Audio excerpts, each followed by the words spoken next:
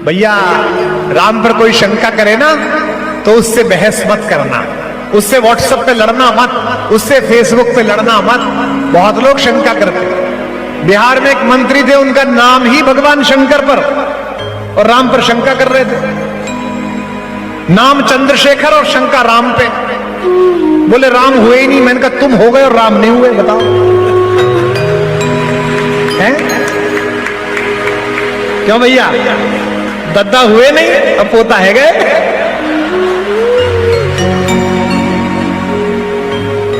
बोले राम हुए ही नहीं। मैंने कहा वाह बेटा। एक दक्षिण में है बालक, बुद्धि भ्रमित बच्चा, वो कहता है कि राम हुए ही नहीं, और उसके दादा का नाम भगवान राम का पर्यायवाची करुणानिधि। बोले राम नहीं हुए। मैंने कहा तुम्हारे दादा हो गए और राम नहीं हुए। वाह भैया वाह। इसलिए राम पर कोई शंका करे तो समझ लेना कि इससे लड़ो मत, इसको उत्तर मत दो, राम स्वयं उत्तर देंगे। और पहली बात नहीं है, मैं जानता हूं अब चैनल वालों के मतलब की बात आ रही है। पहली बार ऐसा नहीं हुआ कि राम पे शंका हुई है, ये वर्षों से चल रही है। राजाओं के राजा, देवताओं का राजा इंद्र एक दिन सुबह सुबह पूजा कर रहा था। गढ़ा वालों, बागेश्वर धाम वालों, उसका एक लड़का था अभद्र और अशालीन, जयंत। इसे राजनीतिक रूप से मत लेना, राजाओं के लड़के अक्सर बदतमीज होते हैं।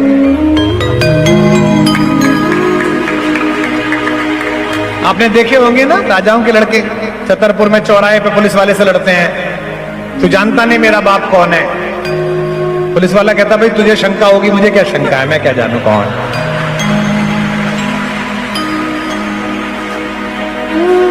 वो जयंत राजा का लड़का था।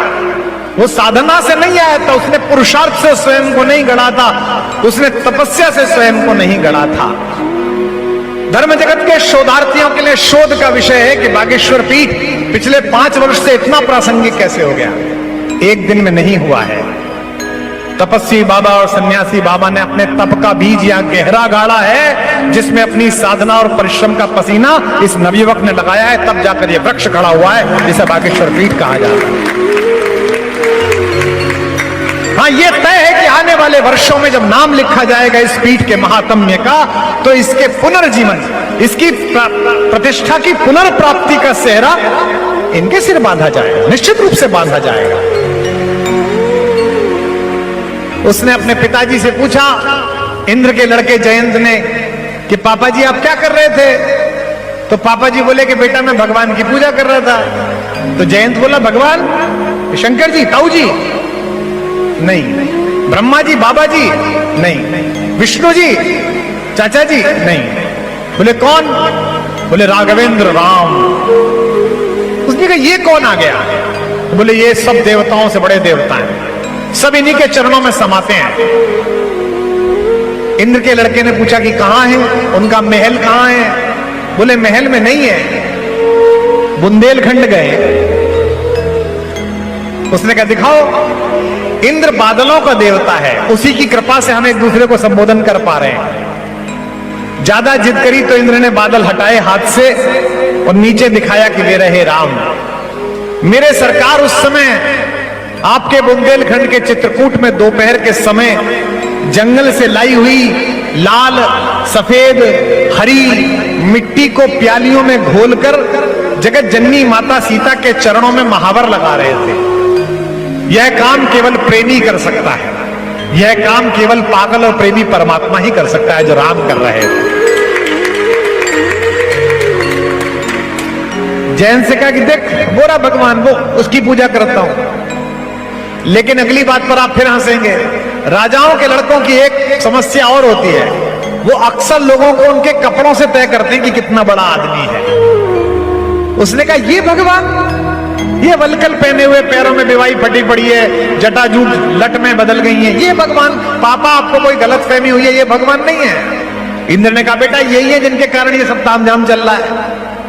उसने कहा नहीं, आपको गलतफहमी है, मैं अभी आपके भगवान को बता के आता हूं, इसमें तो ताकत ही नहीं दिख रही। जयंत कोए का वेश बनाकर पृथ्वी पर आया और उसने बेपरवाह प्रेम वशीभूत बैठी हुई माता जानकी के बाएं पैर की सबसे छोटी उंगली में तेजी से चोंच मारी। आप लोग सभ्य लोग हैं, आस्तिक लोग हैं, सनातनी लोग हैं, कितने भी सभ्य हों, लेकिन अगर मेला परिसर में, छतरपुर के मेला जल विहार में अगर कोई अभद्र व्यक्ति, कोई अशालीन युवक आपकी पत्नी, पुत्री, भाभी, बेटी, माता किसी को जबरदस्ती कंधा मार दे तो आप भी पलटकर उसका गिरेबान पकड़ लेते हैं कि तमीज नहीं है क्या?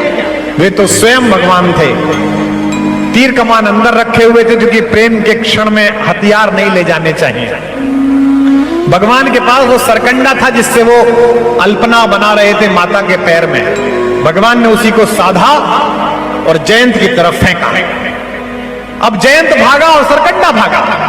जयंत टेढ़ा मेढ़ा भागे, सरकंडा टेढ़ा मेढ़ा भागे। ये कहानी 200 वर्ष पूर्व जब सन्यासी बाबा ने यहां सुनाई, जब हमारे परम प्रिय भ्राता के पूज्य दादा गुरु जी ने ये कहानी 100 वर्ष पहले सुनाई, तो यहां राज करने वाला गोरा उनकी कहानी पर हंसा, बोला ये पंडित मूर्ख बनाता है, क्योंकि जो वेट है मां से वो तो सीधी रेखा में जाता है, टेढ़ी मेढ़ी रेखा में कैसे सरकंडा गया। लेकिन जब सेंसर इजाद हुआ और चलती हुई मिसाइल के पीछे चलते हवाई जहाज के पीछे टेढ़ी मेढ़ी मिसाइल ने जाके हवाई जहाज को मारा, तो 200 वर्ष पहले कहने वाला मेरा पंडित जीत गया और पश्चिम का गोरा हार गया। तर्कशास्त्र।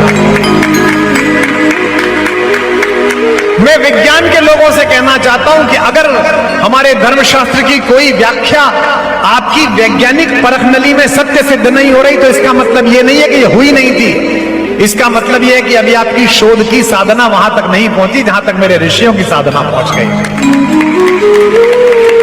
200 वर्ष पहले सन्यासी बाबा यहीं बैठ के, सन्यासी गुरु हमारे दादा गुरु जब ये कहते थे कि आकाशवाणी हुई, तो बुंदेलखंड का गवर्नर रेजिडेंट गोरा हंसता था कि आदमी दिख नहीं रहा, no man no voice, how this pandit is saying. उसे पता ही नहीं था कि बिना मनुष्य के भी आवाज आ सकती है। वो कहता था हो ही नहीं सकता, ऐसा कहता था 200 वर्ष पहले। लेकिन 200 वर्ष बीते, 50 साल पहले बुंदेलखंड में मर्फी के रेडियो की गुंडी घुमाते हुए जब रात को 9 बजे दिल्ली से आवाज आई, यह आकाशवाणी है, अब आप देवकी नंदन पांडे से समाचार सुनिए, तो दादा गुरु जीत गए और गोरा हार गया। यह चमत्कार। आज से 200 वर्ष पहले जब सन्यासी बाबा और दादा गुरु यहां प्रवचन करते थे और कहते थे कि भगवान ने रावण की नाभि में तीर मारा, रावण गिरा और सामने पटल पर देवता प्रकट हुए, स्वयं दशरथ आए नीचे उतरकर, है ना, पितई चितई दी नहीं दृढ़ धर्मा। भगवान ने अपने पिता को दृढ़ता से देखा कि मर गए हो, ऊपर जाओ, हमारे को मोहाविष्ट मत हो, हमारे प्रति मोह पैदा मत करो। तो गोरा हंसता था कि बिना प्रेजेंस के आदमी कैसे दिखता है। और आज जब विश्व के किसी भी देश में, जब सरयू के तट पर ये घूमने वाले जो ड्रोन हैं, इनमें जलती हुई लाइट, लेजर लाइट जब बादलों पर राघवेंद्र सरकार का चित्र बना देती है, तो हमारे दादा गुरु जीत जाते हैं और गोरा हार जाता है। जयंत टेढ़ा मेढ़ा चला तो पीछे पीछे तीर चला। मजे लो इसके, आनंद लो इस कहानी के। अच्छा, एक बात राजाओं के बेटों की और होती है, इस पर भी आप हंसेंगे। जब वो किसी फजीते में फंस जाते हैं तो सबसे पहले बाप के पास पहुंचते हैं। ये भी पापा के पास पहुंचा। पिताजी को पहले ही पता चल गई थी कि भगवान नाम की अर्धांगिनी जगत जननी भारतेश्वरी माता सीता का अपमान करके आया। उसने दरवाजे बंद करा लिए मकान के। बाहर से जयंत बोला कि पापा पापा। इंद्र बोले किसके पापा? हम नहीं जानते कि तुम कौन हो। उसने कहा हम आपके बेटे हैं, हमें बचाओ। बोले बेटा हम तुम्हें नहीं बचा सकते, तुम्हें बचाने के चक्कर में हम लुट जाएंगे, हमारा राज्यपाट चला जाएगा। तो उसने पूछा कि हमें कौन बचाएगा? इंद्र ने कहा वही जिसकी पत्नी के चरणों में तुम चोंच मार के भागे। राजाओं के बेटों की एक दिक्कत और होती है कि जब समस्या में आ जाते हैं तो चाचा ताऊओं के पास भागते हैं। ब्रह्मा जी के पास पहुंचा, बाहर गणों ने रोक लिया। बोले कहां जा रहा है? वो तो ध्यान में बैठे। बोले किसके? बोले उसी के जिसकी पत्नी के पैरों में तू चोंच मार के भागा है। विष्णु जी के पास गया, लोगों ने कहा विष्णु जी है नहीं, डेपुटेशन पे गए हुए हैं। बोले कहां? बोले भारत। बोले क्या बन के?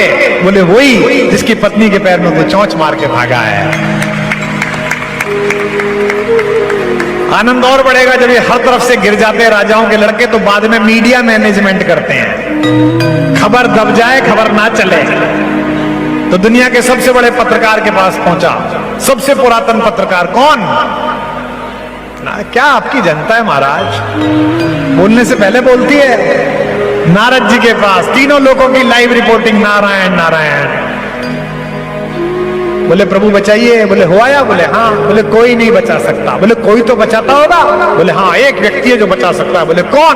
बोले वही जिसकी पत्नी को चौंच मार के। भाई संध्या के समय पहुंचा भगवान राघवेंद्र सरकार, संध्या स्तवन के लिए मंदाकिनी से लाए हुए जल से अपना हाथ पैर धो रहे थे कि एक पेड़ के चारों तरफ एक पक्षी गोल गोल घूम के कहने लगा कि भगवान आपकी जय हो, हे पुरुषोत्तम आपकी जय हो। भगवान ने बिना देखे कहा चिरंजीवी वत्स, जीते रहो। तो उसने कहा जीते रहो तो ये तीर को हटाओ। भगवान ने मुड़ के देखा, बोले तू वही है जो सुबह आया था? बोले हाँ मारा चोरी हुई। बोले भाई ये तो राम माने तो मार के छोड़ेगा। उसने कहा अभी तो आपने कहा था चिरंजीवी वत्स, तो आपका वरदान सत्य है कि आपका शाप सत्य है? मैं जिसके विग्रह का आशीर्वाद लेकर यहां बैठा हूं और आप बैठे हुए हैं, उन कृपा निधान ने कहा कि दुनिया इधर से उधर हो जाए, जब शाप और वरदान में चलने का समय आएगा तो राम का वरदान सत्य होगा, राम का शाप सत्य नहीं।